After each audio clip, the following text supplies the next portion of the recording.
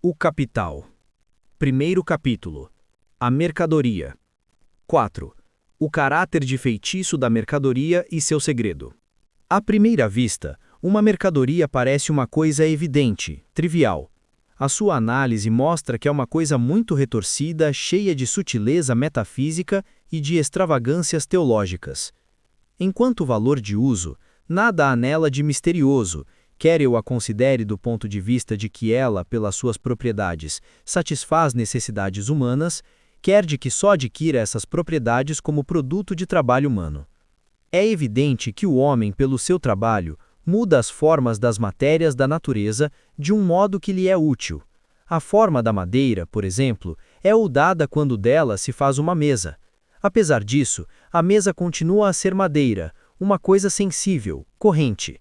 Porém, logo que aparece como mercadoria, ela transforma-se numa coisa sensivelmente sobressensível.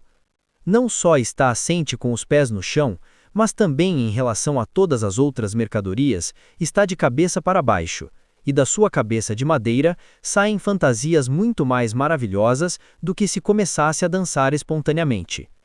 Assim, o caráter místico da mercadoria não brota do seu valor de uso.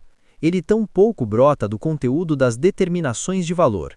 Porque, em primeiro lugar, por muito diversos que possam ser os trabalhos úteis ou as atividades produtivas, é uma verdade fisiológica que eles são funções do organismo humano e que cada uma dessas funções, quer que seja o seu conteúdo e sua forma, é essencialmente dispêndio de cérebro, nervos, músculos, órgãos dos sentidos, etc., humanos.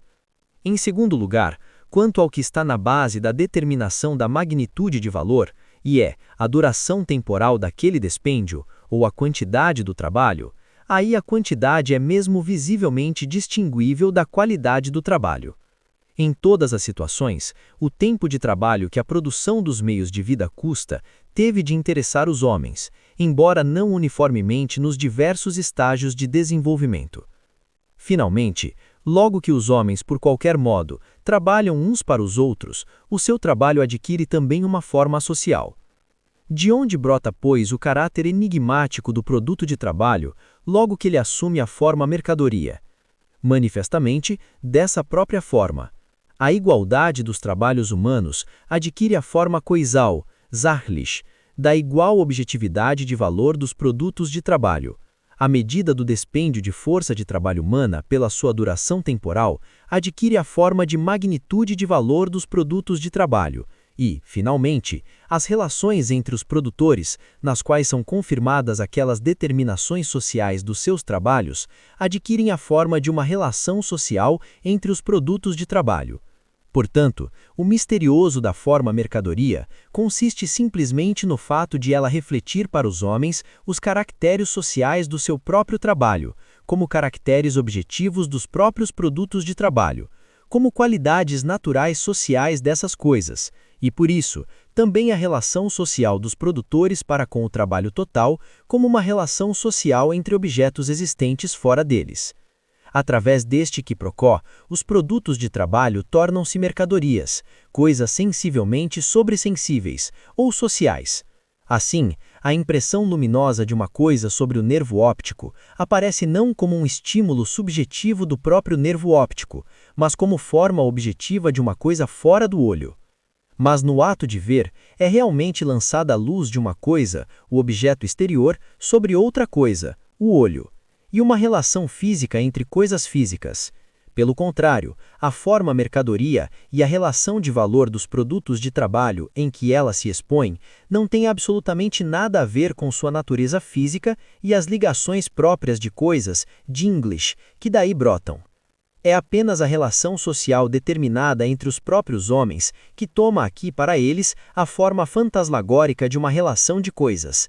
Assim, para encontrarmos uma analogia, temos de nos escapar para a região nevoenta do mundo religioso. Aqui, os produtos da cabeça humana parecem figuras autônomas, dotadas de vida própria e estando em relação entre si próprias e com os homens. O mesmo se passa no mundo das mercadorias com os produtos da mão humana. Chamo a isto feticismo, que se cola aos produtos de trabalho logo que são produzidos como mercadorias, e que por isso é inseparável da produção de mercadorias. Este caráter de feitiço do mundo das mercadorias brota, como a análise precedente já mostrou, do caráter social peculiar do trabalho que produz mercadorias. Os objetos de uso só se tornam mercadorias porque são produtos de trabalhos privados, realizados independentemente uns dos outros. O complexo destes trabalhos privados forma o trabalho total social. Como os produtores só entram em contato social através da troca dos seus produtos de trabalho, os caracteres especificamente sociais dos seus trabalhos privados também só aparecem no interior dessa troca.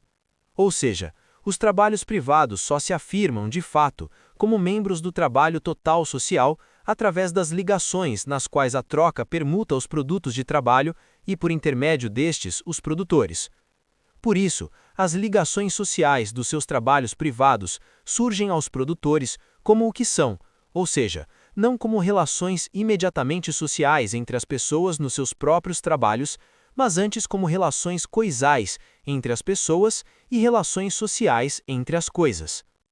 Só no interior da sua troca é que os produtos de trabalho adquirem uma objetividade de valor socialmente igual, separada da sua objetividade de uso sensivelmente diversa.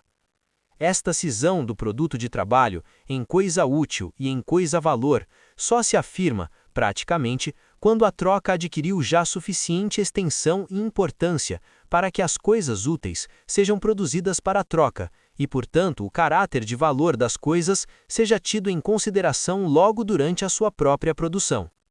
A partir deste momento, os trabalhos privados dos produtores adquirem efetivamente um duplo caráter social.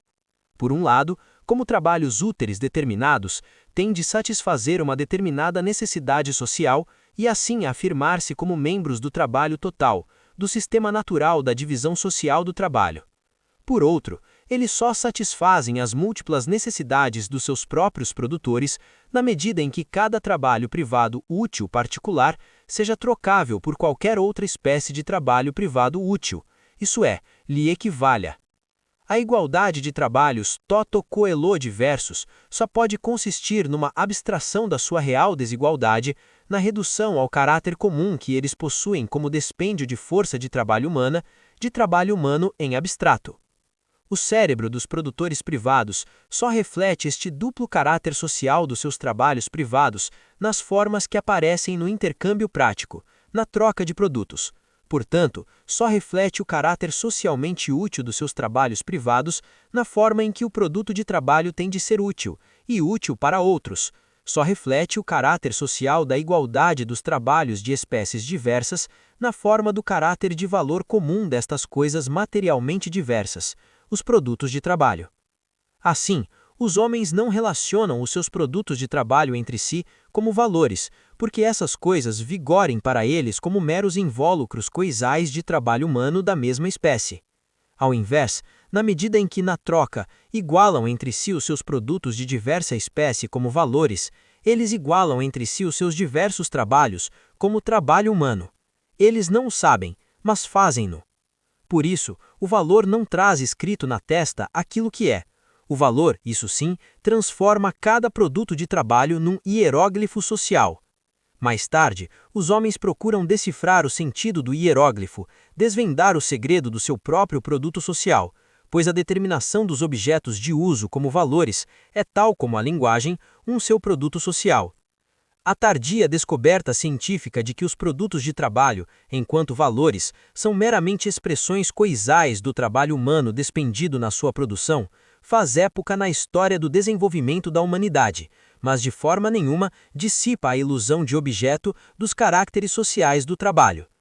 Aquilo que apenas é válido para esta forma particular de produção, a produção de mercadorias, a saber, que o caráter específico social dos trabalhos privados independentes entre si consiste na sua igualdade como trabalho humano e toma a forma do caráter de valor dos produtos de trabalho, aparece tanto antes como depois daquela descoberta aos que estão enredados nas relações da produção de mercadorias, tão definitivo como o fato de a decomposição científica do ar nos seus elementos deixar subsistir a forma do ar como uma forma corpórea física.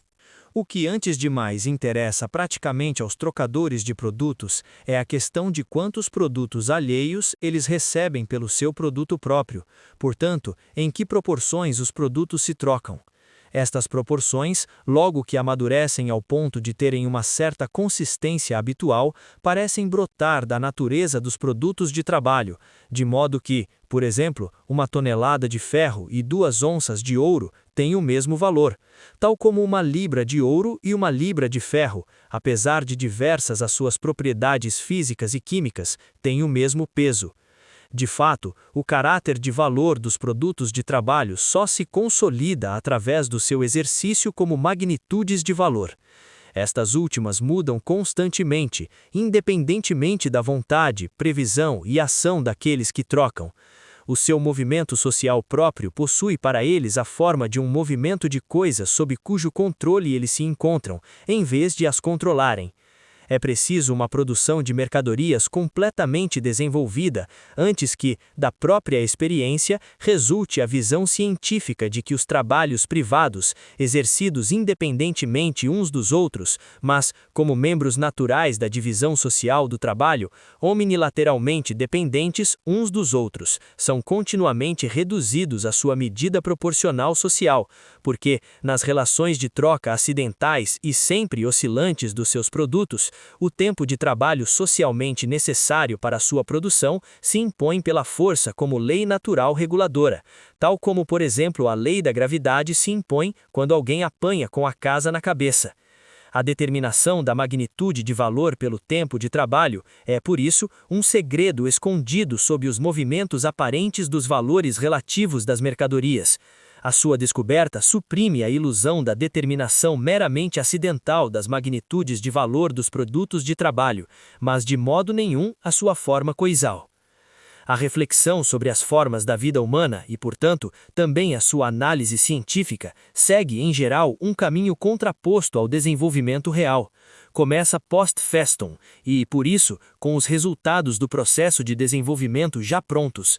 As formas que cunham os produtos de trabalho como mercadorias e que, por isso, são pressupostas à circulação de mercadorias, possuem já a consistência de formas naturais da vida social, antes de os homens procurarem dar-se conta, não do caráter histórico dessas formas, que antes vigoram para eles já como imutáveis, mas do seu conteúdo. Assim, só a análise dos preços das mercadorias é que conduziu à determinação da magnitude de valor. Só a expressão comum das mercadorias em dinheiro é que conduziu à fixação do seu caráter de valor. Mas é precisamente esta forma, pronta, a forma dinheiro do mundo das mercadorias, que encobre coisalmente o caráter social dos trabalhos privados, e assim, as relações sociais dos trabalhadores privados, em vez de os revelar. Se eu disser que casaco, botas, etc., se relacionam com o tecido de linho como sendo a corporização geral de trabalho humano abstrato, a tolice desta expressão salta à vista. Mas quando os produtores do casaco, botas, etc., relacionam estas mercadorias com o tecido de linho, ou com o ouro e a prata, o que em nada altera a coisa, como equivalente geral, a relação dos seus trabalhos privados com o trabalho social total aparece-lhes precisamente nesta forma tola. São precisamente formas desta espécie que constituem as categorias da economia burguesa. São formas de pensamento socialmente válidas e, portanto, objetivas para as relações de produção desse modo de produção social historicamente determinado, a produção de mercadorias. Assim, todo o misticismo do mundo das mercadorias, toda a magia e fantasmagoria que enevoam os produtos de trabalho na base da produção de mercadorias, desaparecem logo assim que passamos para outras formas de produção. Como a economia política gosta de Robinsonadas, apareça primeiro Robinson na sua ilha. Embora modesto de seu natural, ele tem, no entanto, de satisfazer necessidades diversas e precisa, por isso, de executar trabalhos úteis de espécie diversa, fazer ferramentas, fabricar móveis, domesticar lamas, pescar, caçar, etc. Não falamos aqui de rezar e coisas semelhantes, porque o nosso Robinson encontra nelas divertimento e considera tal atividade como espaireira. Apesar da diversidade de suas funções produtivas, ele sabe que elas são apenas diversas formas de atuação do mesmo Robinson, e, portanto, apenas modos diversos de trabalho humano. A própria necessidade o obriga a repartir seu tempo com precisão entre suas diversas funções. Se uma ocupa mais espaço e outra menos em sua atividade total, isso depende da maior ou menor dificuldade que há que vencer para alcançar o efeito útil visado. Experiência ensina-o isto, e o nosso Robinson, que salvou do naufrágio o relógio, o livro-razão, a pena e a tinta, não tarda em começar, como um bom inglês, a fazer a contabilidade de si próprio. Seu inventário contém uma lista dos objetos de uso que ele possui, das diversas operações requeridas para sua produção e, finalmente, do tempo de trabalho que determinados quanta desses diversos produtos, em média, lhe custam. Todas as relações entre Robinson e as coisas que formam a riqueza por ele próprio criada, aqui estão tão simples e transparentes que até o Sr. Marvirt poderia compreender sem particular esforço mental. E, entanto, estão lá contidas todas as determinações essenciais do valor. Transportemo-nos agora da luminosa ilha de Robinson para a escura Idade Média europeia. Em vez do homem independente, encontramos aí toda a gente dependente, servos da gleba e senhores da terra, vassalos e suzeranos, leigos e clérigos. A dependência pessoal tanto caracteriza as relações sociais da produção material como as esferas da vida sobre ela edificadas. Mas, precisamente porque as relações de dependência pessoal formam a base social dada, os trabalhos e produtos não precisam de assumir uma figura fantástica diversa da sua realidade. Eles entram no mecanismo social como serviços diretos, Naturaldiensten, e prestações em gêneros. A forma natural, natural form, de trabalho, a sua particularidade, e não, como na base de produção de mercadorias, a sua universalidade. É aqui a sua forma imediatamente social. O trabalho servil é medido em tempo, exatamente como o trabalho que produz mercadorias. Mas todo servo sabe que é um determinado quantum da sua força de trabalho pessoal que ele despende ao serviço do seu senhor. O dízimo que há que pagar ao clérigo é mais claro do que a bênção do padre. Por isso, como quer que se ajuizem as máscaras com que os homens aqui se confrontam, as relações sociais das personagens nos seus trabalhos aparecem em todo o caso como as suas relações pessoais próprias, e não estão disfarçadas em relações sociais das coisas, dos produtos de trabalho. Para a consideração de trabalho comum, e é imediatamente socializado, não precisamos de recuar até a sua forma natural que encontramos no limiar da história de todos os povos civilizados. Um exemplo mais próximo é dado pela indústria patriarcal rural de uma família de camponeses que produz para satisfazer necessidades próprias cereais, gado, fio, tecido de linho, peças de vestuário, etc. Para a família, estas diversas coisas apresentam-se como diversos produtos do seu trabalho familiar, mas para si próprias não se apresentam reciprocamente como mercadorias. Os diversos trabalhos que engendram estes produtos, agricultura, pecuária, fiação, tecelagem, costura, etc., são, na sua forma natural, funções sociais, porque funções da família, a qual, tal como a produção de mercadorias, possui uma divisão natural do trabalho próprio. As diferenças de sexo e de idade, tal como as condições naturais de trabalho que mudam com a mudança de estação, regulam a repartição deste entre a família e o tempo de trabalho de cada um dos seus membros. O dispêndio das forças de trabalho individuais, medido pela sua duração, no entanto, aparece aqui pela sua índole, como determinação social dos próprios trabalhos, porque as forças de trabalho individuais, pela sua índole, apenas atuam como órgãos da força de trabalho comum da família. Imaginemos, finalmente, para variar, uma associação de homens livres que trabalham com meios de produção comunitários e que despendem autoconscientemente as suas muitas forças de trabalho individuais como uma força de trabalho social. Todas as determinações do trabalho de Robinson se repetem aqui, só que social em vez de individualmente. Todos os produtos de Robinson eram seu produto exclusivamente pessoal e, por isso, imediatamente objetos de uso para ele. O produto total da associação é um produto social. Uma parte deste produto serve de novo como meio de produção, continua a ser social, mas outra parte é consumida como meio de vida pelos membros da associação. Por isso, ela tem de ser repartida entre eles. O tipo desta repartição variará com o tipo particular do próprio organismo social de produção e o correspondente nível de desenvolvimento histórico dos produtores. Suponhamos, apenas para paralelo com a produção de mercadorias, que a parte de cada produtor nos meios de vida é determinada pelo seu tempo de trabalho. O tempo de trabalho desempenharia, assim, um duplo papel. A sua repartição socialmente planejada regula a proporção correta entre as diversas funções de trabalho e as diversas necessidades. Por outro lado, simultaneamente, o tempo de trabalho serve de medida da parte individual do produtor no trabalho, portanto, também da parte individualmente consumível do produto comum. As ligações sociais dos homens aos seus trabalhos e aos seus produtos de trabalho permanecem transparentemente simples, tanto na produção quanto na distribuição. Para uma sociedade de produtores de mercadorias, cuja relação de produção universalmente social consiste em comportar-se para com seus produtos como mercadorias e, portanto, como valores, e em ligar os seus trabalhos privados entre si, nesta forma coisal, como trabalho humano igual, o cristianismo, com o seu culto do homem abstrato, nomeadamente no seu desenvolvimento burguês, o protestantismo, deísmo e etc., é a forma de religião que melhor lhe corresponde.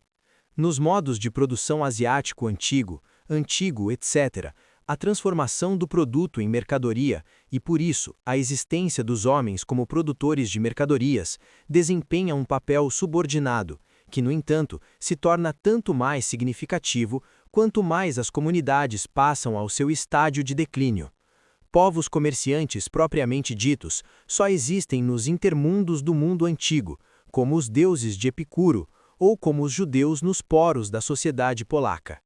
Aqueles antigos organismos sociais de produção são extraordinariamente muito mais simples e transparentes do que o burguês, mas repousam ou sobre a imaturidade do homem individual, que ainda não se livrou do cordão umbilical da conexão natural genérica com outros, ou sobre relações imediatas de dominação e servidão.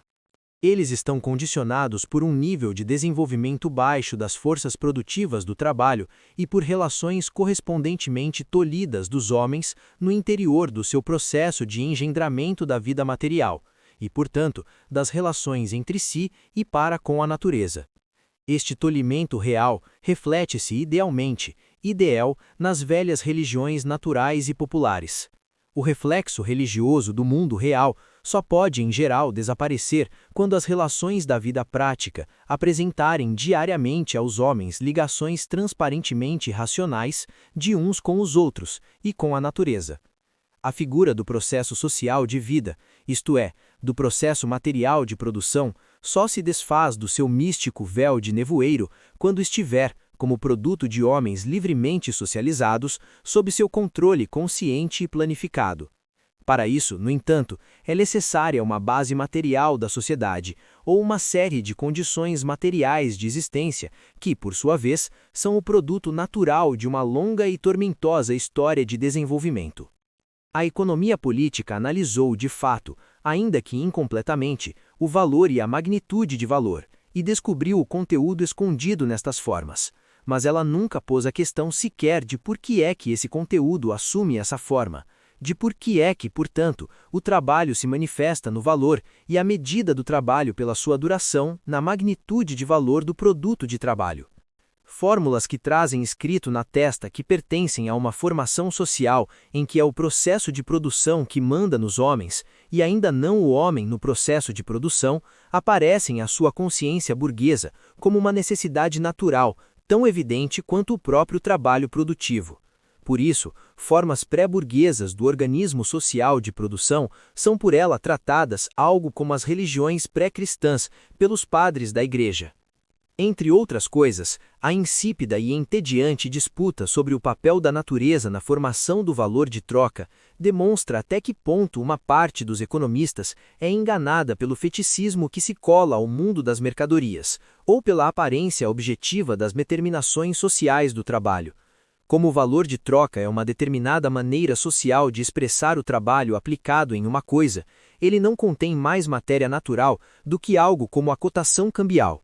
Como a forma mercadoria é a forma mais geral e menos desenvolvida da produção burguesa, razão pela qual aparece cedo, embora não no mesmo modo dominante e, portanto, característico do que hoje em dia, seu caráter de feitiço parece ainda relativamente fácil de entrever.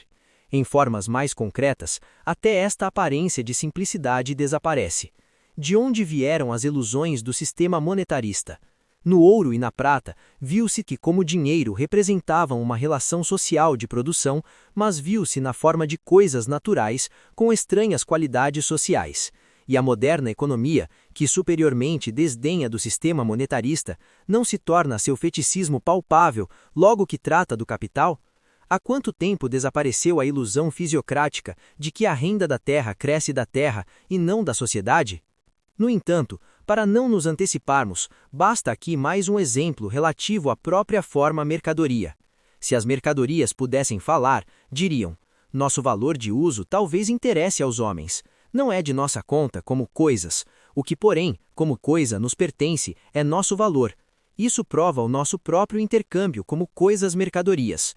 Só como valores de troca é que nos relacionamos umas com as outras. Agora, ouçamos como fala um economista a partir da alma das mercadorias. Valor, valor de troca, é uma propriedade de coisas. Riquezas, valor de uso, de homem. Valor, neste sentido, implica necessariamente trocas. Riquezas, não. Riquezas, valor de uso, são atributo de homem. Valor é o atributo de mercadorias. Um homem ou uma comunidade são ricos. Uma pérola ou diamante são valiosos. Uma pérola ou diamante são valiosos como pérola ou diamante. Até aqui, nenhum químico descobriu o valor de troca na pérola ou diamante. Os descobridores econômicos desta substância química, que tem particulares pretensões à profundidade crítica, acham, porém, que o valor de uso das coisas lhes pertence independentemente de suas propriedades coisais. Seu valor, porém, pertence a elas como coisas.